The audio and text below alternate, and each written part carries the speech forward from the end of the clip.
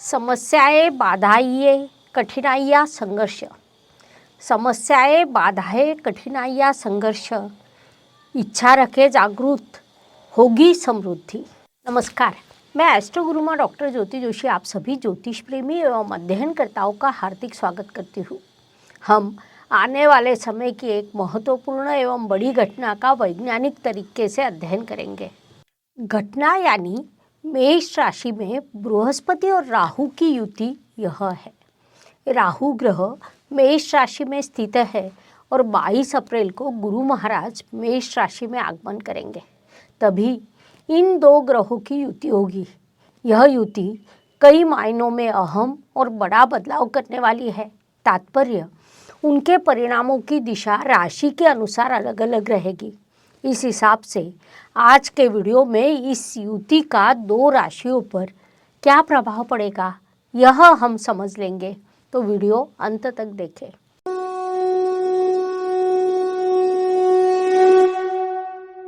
जैसा कि हम जानते हैं, राहु का अर्थ आसक्ति, राहु का अर्थ है भ्रम, राहु का अर्थ है अति आत्मविश्वास, राहु का अर्थ है गलत निर्णय लेना। जब यह राहु अकेले प्रभाव डालता हो तो इसका ज़्यादा प्रभाव महसूस नहीं होता, लेकिन जब कोई ग्रह राहु के साथ युति करता है तो उसका नकारात्मक प्रभाव बढ़ जाता है। यहाँ गुरुदेव मेष राशि के माध्यम से भ्रमण चालू है, अर्थात ग्रहों के सेनापति मंगल की राशि में भ्रमण करेंगे। साथ ही मंगल और राहु का शत्रुता का संबंध है। राहु और गुरु का भी शत्रुतापूर्ण संबंध है। तो जब यह युति की बात आती है तो वास्तव में क्या होता है? अतः स्वाभाविक है कि राहु गुरु को प्रभावित करेगा, लेकिन साथ ही गुरु का प्रभाव राहु पर भी पड़ता है। जब किसी शुभ ग्रह पर पाप ग्रह का प्रभाव पड़ता है तो संगति से शुभ ग्रह का प्रभाव कम या ज़्यादा होते हुए पाप ग्रह पर पड़ता है। इसी तरह यहाँ राहु पर गुरु का प्रभाव पड़ेगा और गुरु पर राहु का प्रभाव पड़ेगा।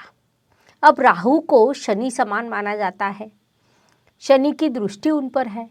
राहु और शनि के बीच मित्रता है।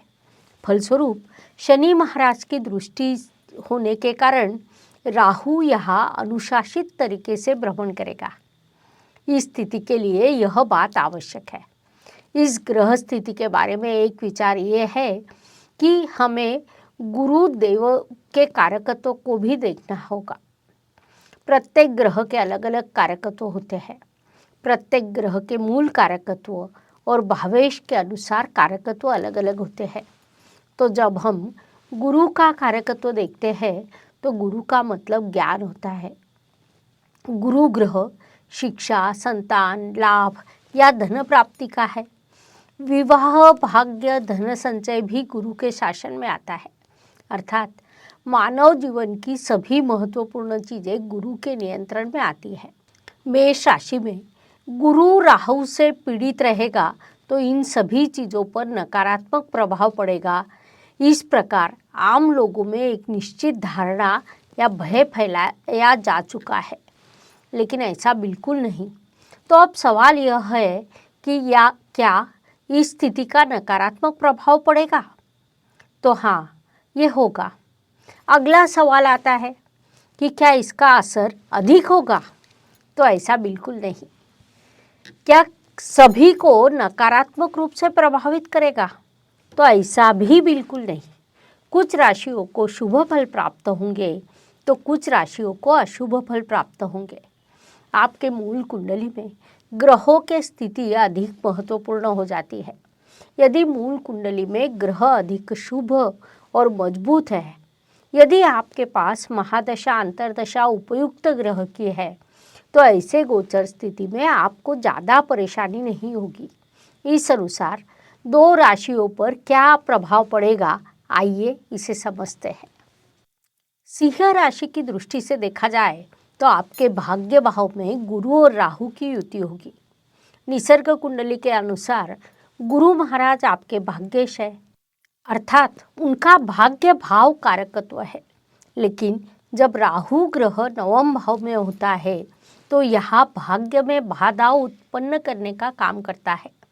भाग्य से आपको कुछ नहीं मिलेगा, आपको अपने प्रयास खुद करने चाहिए, ऐसा भाग्य भाव में स्थित राहु कहता है।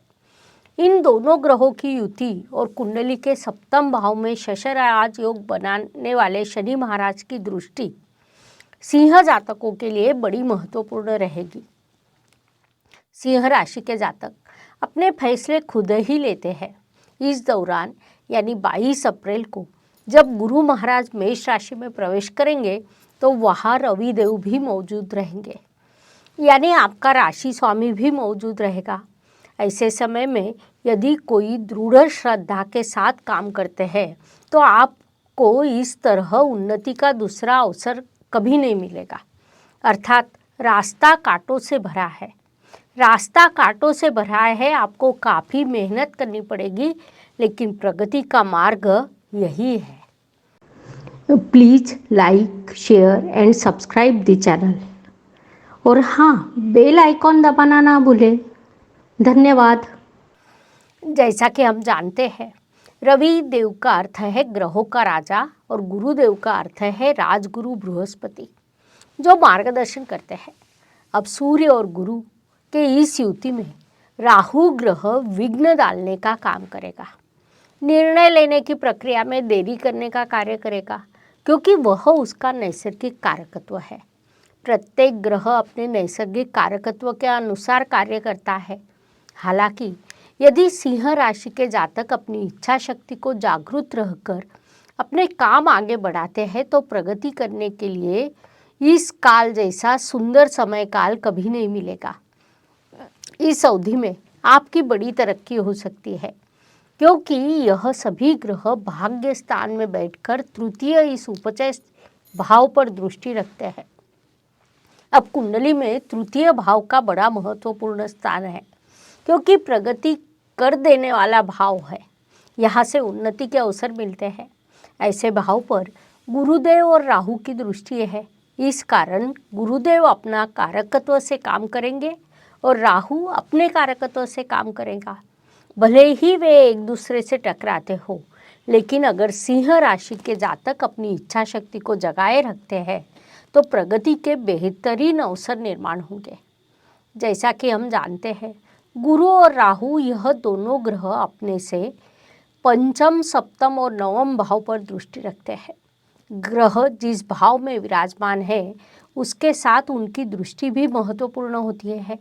उस अनुसार सिंह राशि के भाग्य भाव से गुरु और राहु की पंचम दृष्टि आपकी राशि पर पड़ेगी।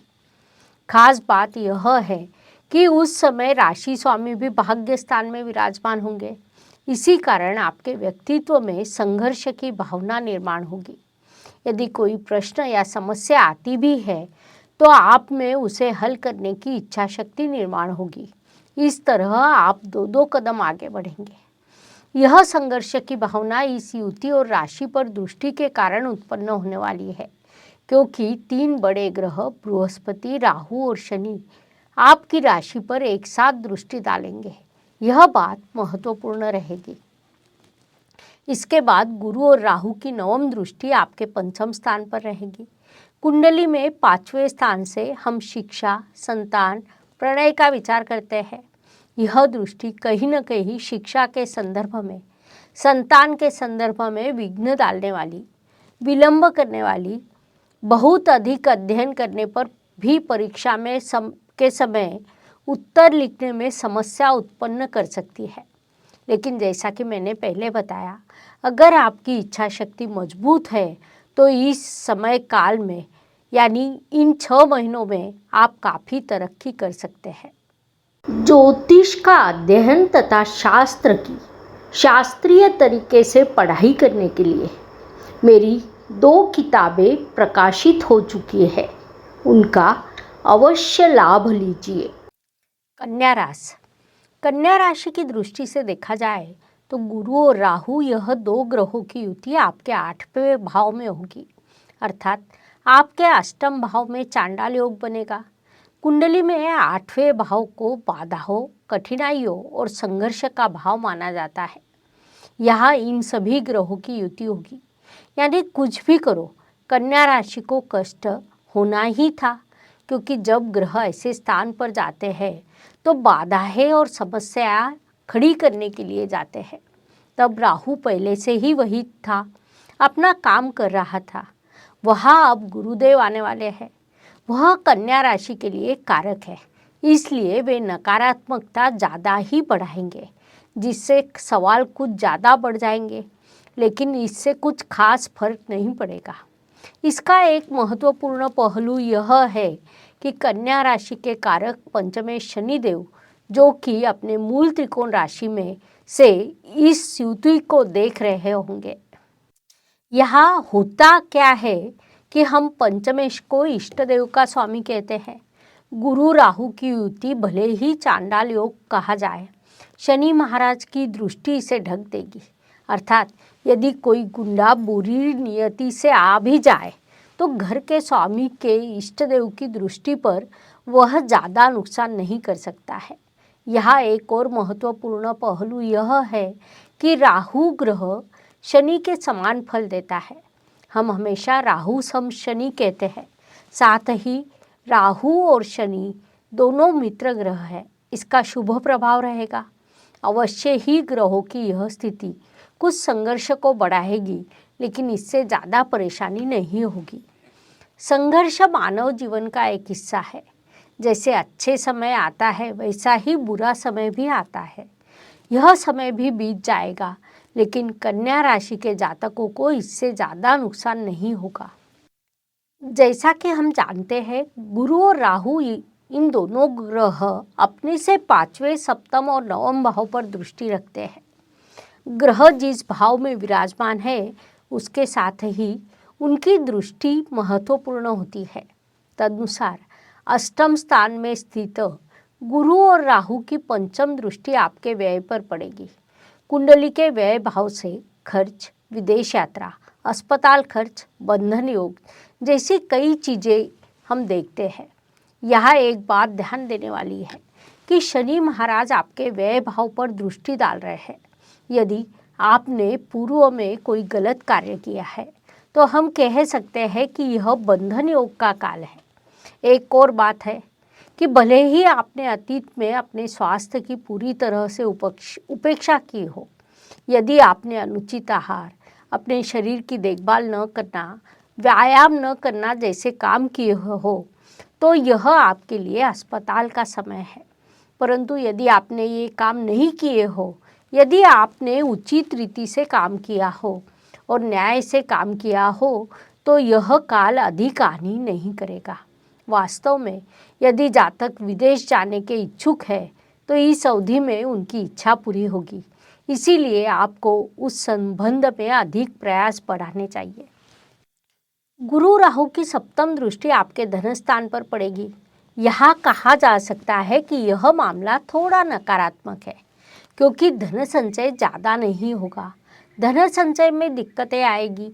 परिवार में अकारण मतभेद उत्पन्न होंगे। परिवार में कोई एक व्यक्ति कुछ अच्छा कहेगा तो वही दूसरा व्यक्ति उसके ठीक विपरीत कहेगा। ऐसी चीज़ें होते नजर आएगी। ज़्यादा नकारात्मक प्रभाव नहीं पड़ेगा अगर आप इस तरह की बातों को शांति से और पूरे मन से निपटाएंगे तो घर का माहौल अच्छा रह सकता है। गुरु और राहु की नवम दृष्टि आपके चतुर्थ भाव पर पड़ेगी। कुंडली में चतुर्थ भाव से हम वास्तु, वाहन, सुख शांति जैसी चीज़ें देखते हैं।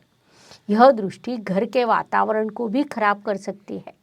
इस अवधि में कन्या जातकों को अपने माता के स्वास्थ्य का ध्यान रखना अति आवश्यक है, क्योंकि यह दृष्टि अस्पताल के खर्च, माँ के स्वास्थ्य दोनों को एक साथ दर्शाती है।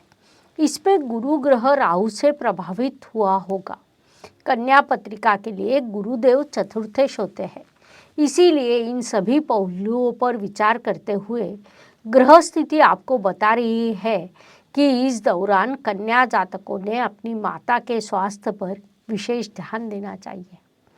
इस प्रकार मुझे लगता है कि यह जानकारी सिंह और कन्या राशि पर राहु गुरु युति के प्रभाव को समझने के लिए पर्याप्त है। तो हम यही रुकते हैं। अगले भाग में अगली 2 राशियों पर पड़ने वाले प्रभाव को समझेंगे। अगर यह जानकारी आपको अच्छी लगे तो कमेंट सेक्शन में जय ज्योतिष लिखना ना भूलें। पुनश्च अवश्य मिलेंगे। धन्यवाद। शुभम भवतु। जय ज्योतिष। Please like, share and subscribe the channel. और हाँ, बेल आइकॉन दबाना ना भूलें। धन्यवाद।